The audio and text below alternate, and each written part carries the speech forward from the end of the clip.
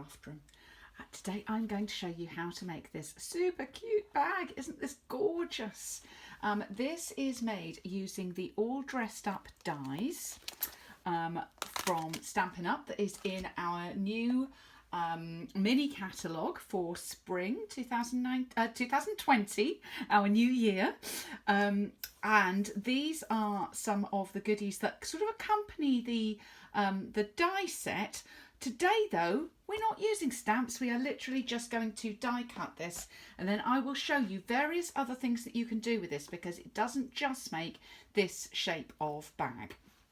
So I have cut a few pieces in advance to speed us up a little bit. This is the basic bag piece cut with the die. So you can get out of one A4 or US letter size paper, you can get 2 of these, and then you've got enough cut over for all enough paper over for all the little bits and pieces, and some cardstock pieces left over, perhaps for a matching card, to do a little bit of layering with that. So you need to cut 2 of this section. So what we're going to do is, in between the stitched pieces, because this is all stitched, it's so lovely, is actually the piece that you want to fold, is actually the score line below the stitch there. Below the stitch there. Now you can emboss this if you wish as well. You don't need to do it flat. You can do it embossed. You can do it with designer series paper. If you're embossing, I would suggest you fold your score lines before you put it through the embossing folder, because you can lose your score lines a little bit. It's a little bit harder to see them, so easier to do with it flat like this. Now the side pieces are slightly different, because you have got a score line that comes down to here, and then a little V which makes a little kind of gusset bit at the bottom. So what I've been doing is folding inwards down here, and then just stopping, just pinch it in the middle there, but just stop before you get to the V piece. And then you can kind of pinch the little V pieces in as well with your fingers, but I haven't been doing that with the bone folder. So that's how it goes together initially. Right, so when you're putting this together, your best adhesive to use, I would suggest, is Tombow, because it gives you a bit of wiggle room when you first put things down. So I'm going to start off by putting it along the flap at the side. So this is the top, here's the side, this is the bottom. So I've put the little flap at the side, and then I'm going to stick it onto, so the flap goes onto the front piece there, and I'm going to line these up so the top is next to the top and the bottom is next to the bottom. Now you will see that then goes at a bit of an angle. That is how it's supposed to go. Do the sides first, so give that a little pinch, and then we'll do the other one. So again, along that little flap, exactly the same with my glue, and then just give that a little pinch in, and make sure top is at the top, bottom is at the bottom. Line it up, give it a little pinch to let that glue stick. And this is how easy it is to make this bag. I'm going to fold my little side pieces in. You're going to decide at this point which is the back and which is the front. Doesn't matter unless you're using designer paper and you've got a certain bit that you want to see. But I'm going to say this is the back, so the back piece goes in first. And then I'm going to put some glue all over the bottom there. And this is the front, and so the front is going in second. Then I will put that down, open it up, put my hand inside and give that a good press down. And that is how easy it is to get the basic bag.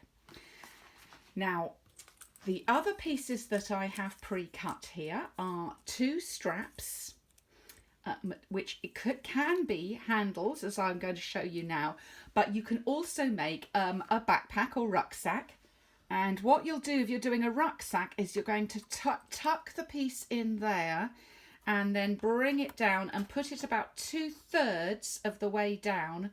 So tucked in there, about 2/3 of the way down onto the back of this box. And I will show you a completed one when I finish. But we're going to do this as the handbag.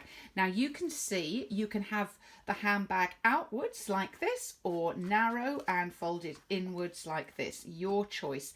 And you don't even have to decide at this point. You can pull it around and decide whether you want it in or out folding at the end when you've actually assembled everything here. So let's pop another couple of little bits on here. Oh, let's bring in the big shot, and I'm just going to cut the other piece that I want, and I love the fact we've got 2 of these, so we can cut 4 buckles all at once. And I'm doing that in the gold foil. I thought that would go very well with the lovely lipstick colour, which I have chosen for this. And lovely lipstick is one of the colours that is in the accompanying designer paper.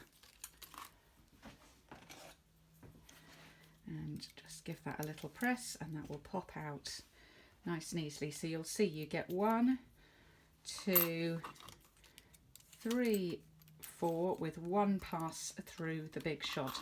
I will also say, that's my other one. I'll also say that there are 4 buttons, so you can cut 4 buttons at once, 2 larger, 2 smaller. And the other pieces that I've cut, you can see some of the dies here. There's one for the lipstick, the shoe, and the perfume bottle, and some little flower cutouts as well, which we're not using today. But I've cut this little piece to be a pocket on the front of the bag. As I say, I've cut 2 of the straps, and they're all stitched around the edges. Look lovely. This one here can be a closure if you like as well. So that's and you can do a little button. So I have cut one of those as well. Right, okay. Let's get started with assembling this.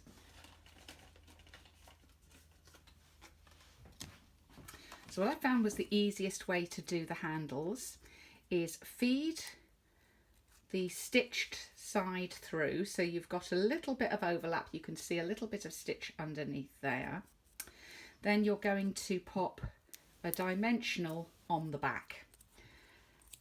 Same again, so pop that through. So the bit that's being hidden on the front is the middle piece, that middle bit, and then where the middle bit is on the back, we're going to pop a dimensional. And I will do that again with the other strap. So through there, and just make sure they're roughly even. How much is poking out is roughly the same on each one. You can vary this, so if you want to show more on yours there and have a shorter strap when it folds, that's fine too. Okay, now to make these go together nice and easily, I'm just giving this a gentle curl with the bone folder. It just means it's breaking down the fibres of the card a little bit so that it's not fighting too much when you put it on.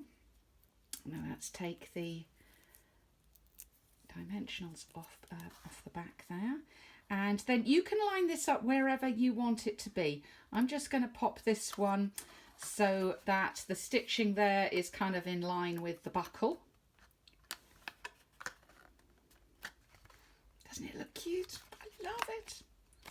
Now you can stick these on with glue, but I'm just finding using the dimensionals, as you'll see I've made a few in a moment, I'm using the dimensionals is a lot easier, and you know, you can kind of position it, move it around a lot easier, and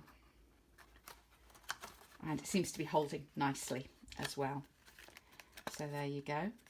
We're going to have a little pocket on the front. Now you can stick the pocket straight on, you can put a couple of dimensionals underneath it, or as I'm going to use a little bit of edge of dimensionals and make an actual working pocket. And I have a little plan of what I'm going to pop in my pocket here in a moment, which I will show you. Let's just pop that on the front. Now if you want to, you can also pop a little button on. I could have cut this actually in gold, might have been a better colour. But as I've cut a lipstick one, I'll just pop that on. It's cute. And then if you want to, this piece here, which also works, by the way, with sentiments, as a little piece that you can cut out and put sentiments on, you can give that one a little fold and pop that one on over the top like so.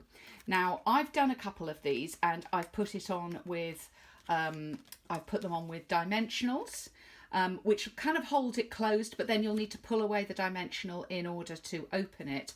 So what I would suggest is a little magnet underneath here, a little double magnet on there, and that will hold it closed. And then it's got a magnetic clasp on, which would be great, but I haven't got one in my craft room at the moment. So that's what I would suggest, or you can leave the closure off, just leave it like so. Let me show you, these are some of the super pretty papers, and I'm just looking for exactly what these are called. These are called the Best Dressed 6x6 papers. Look how cute these are. So we've got lipsticks and lots of flowers and little handbags, and I'm just seeing, fussy cutting some of these things. We've got a little piece, one with makeup on. We have shoes. I think these are going to look absolutely gorgeous on cards and tags and so on. But I also thought that taking one of these little bottles, and I'm just going to take this one here.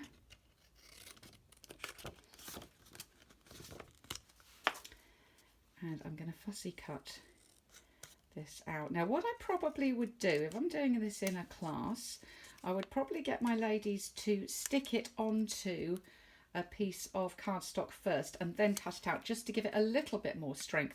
However, our paper is so thick that that's probably a little bit belt and braces. It does feel, no, it actually does feel quite strong. Maybe I wouldn't do that then. You see, you live and learn. As my friend Tracy says, every day's a school day. So I'm going to put a dimensional on the back of that and then just pop that. That is just that little bottle is just popping out of the pocket. So I promised to show you, you can open this out to make this shape of bag, or pop it in to make this shape. And you can decide at any point. So this is the wider, whoops, press that too hard, there we go. That's the wider version of it. Let me show you some more examples. If you want to do a rucksack, so this cute, it's got a little tassel, this matches as well.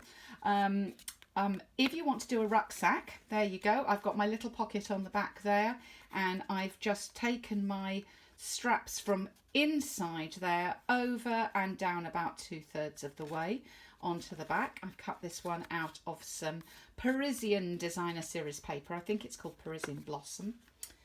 Another one with that Blossom designer series paper. This has got a lot of silver shot through, so I used little silver elements on there, and also picked out the petal pink colour for the straps. You can also do the straps in designer paper if you wish.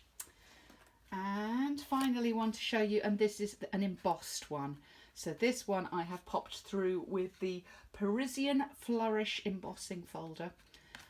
So just fold your score lines, pop it through with the embossing folder, and then I've done the these little pieces in thick whisper white instead of in the metallics on there.